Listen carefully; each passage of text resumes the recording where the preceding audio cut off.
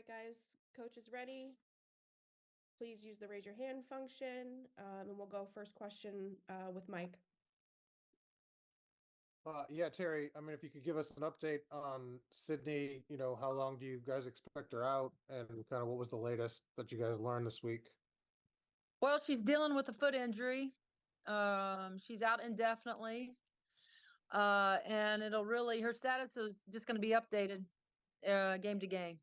So she's in great hands, trying to get her back as quickly but as safely as we can. So that's where it's at. Seth. Terry, and another kind of injury-related question. Charice has been out for a while, been meaning to ask you about this. Just what's her status? What's she been dealing with? And given the little amount of action she's seen, is a red shirt possibly on the table at this point? She's dealing with some personal stuff, Seth, and don't want to disclose any more information other than that. And we have not discussed any sort of a red shirt scenario for her as of right now. Do we have any other questions?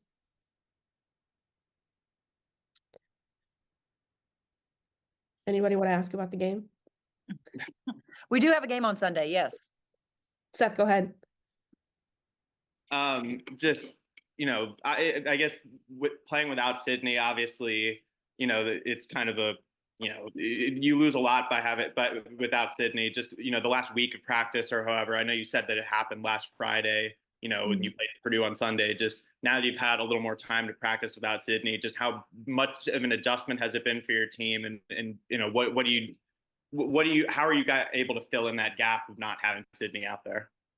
Well, I mean, it's an adjustment, but it's an adjustment we've had to go through before, a year ago when we didn't have Grace. We always look at it in a positive way because, some of those other kids are going to get great experience and time. And hopefully that'll serve us well down the road. But Sid was playing great. Sid was playing great. She was our second leading scorer.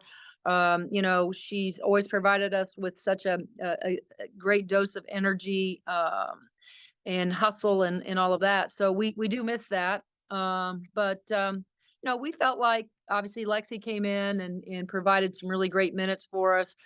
Certainly Bo and Jules will have to come in and do more. Lily will have to come in and do more to provide a little bit of a scoring punch for us. But I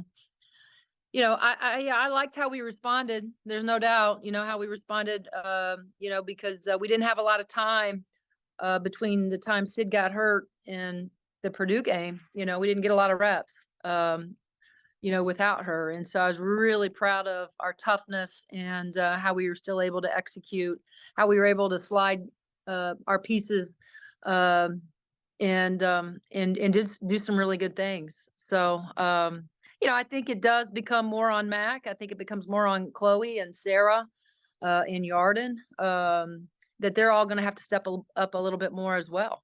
They're going to have to provide us with, more scoring opportunities. And, we need Yarden to do what she did at Purdue, and that's score the ball more, for us.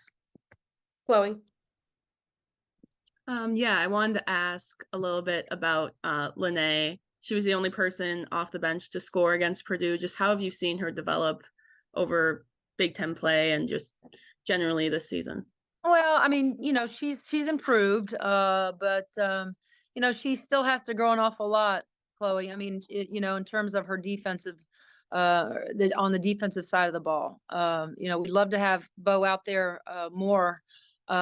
Because I do think that she can offer us something from an offensive perspective, but she also has to be able to, execute the game plan from a defensive perspective. And, sometimes I think for these freshmen, the game is still really fast for them. And with experience, I think it'll start to slow down for Bo. But, again, a kid that is student of the game. She is in here all the time. She's watching film with Allie Patberg all the time.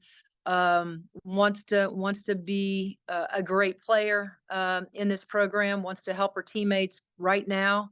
I think she'll just continue, hopefully, to make strides. But we need those strides to happen faster than they have been. Talia. Hey, Coach. Northwestern's Joe McEwen had been out for a while and was unable to coach, but I saw that he was back for their last game. Just how good is it to see that he's back and to have him back for your game on Sunday? Yeah, I mean, it's great to see Joe. He had been out for a minute there, we were able to keep up with Megan. She did a few of our games just with general updates, and so I think it was just a matter of time before he's back on the sideline. But he's one of the vets in our league, and somebody I sure respect, and always enjoy spending whatever time I get with him, whether it's on the road, whether it's before the game. So great to have Joe back. Skipping the mic. Good morning, Coach.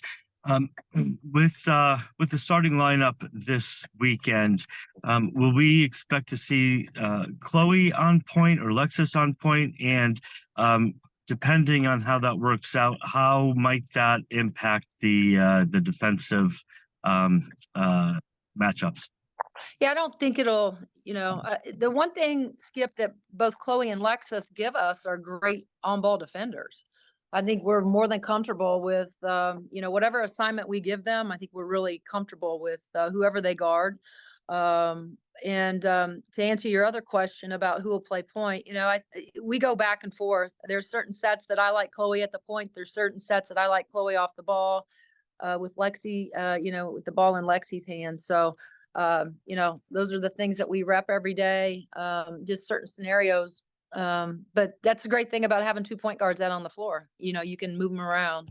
We'll continue to do that, but it's nice to have the luxury to do that as well. And so, we're going to see a zone with Northwestern. So, playing Chloe off the ball makes better sense for us in terms of how she's been able to shoot the ball as well. They're interchangeable parts, as all of our guards are, and they need to be. Mike. Yeah, Terry, you guys, you leaned on your starters heavily and you said that, it's all hands on deck, but how will you kind of monitor minutes to make sure, you don't kind of wear everybody out with Sydney, here in the next couple of weeks? Sure. Out for a while? Well, Mike, that's a great question. I think one of the things we felt good about, with Sarah and Chloe playing the entire game against Purdue is that we knew we were going to have this week off, so we could roll the dice there, but we're going to have to be careful. There's no doubt of managing both their minutes because they do an awful lot for us offensively, but they have huge tasks defensively also. And so that's where I'm talking about, Beaumont, she has to be better. Jules has to be able to step up to the challenge. Henna we got to get Henna some minutes where she can help us defensively. And so, you'll probably see us using that bench a little bit more. I would suspect, just because we know, this is a big week coming up. Not a lot of rest time in between with the 3 games. And so we have to, as a staff, be super smart about, how we do manage their minutes without question. Who handles that? Like, how do you kind of approach that? Is that your assistants kind of giving you kind of a heads up? Yeah, I think we all pay attention. One of the things I've always done here is been able to give my staff some freedom in terms of substitutions. I very rarely, unless I just, I may say to Rhett, I want so-and-so or get so-and-so out, because she looks fatigued and tired.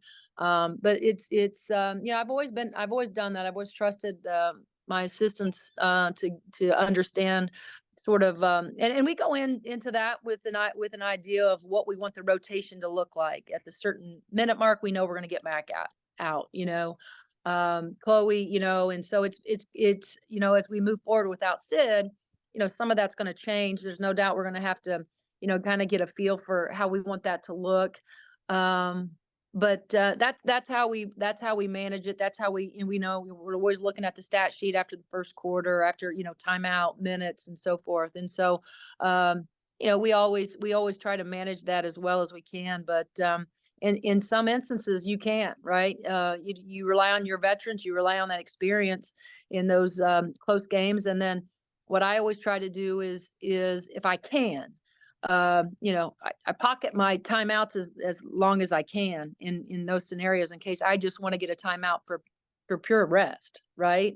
Maybe Yeah. just to talk to them, but also just get them off their feet for a minute 30, whatever the timeout scenario is. And sometimes I'll burn one of those just for that reason. Thanks. All right. Thanks, Coach. Yep. Thanks, guys.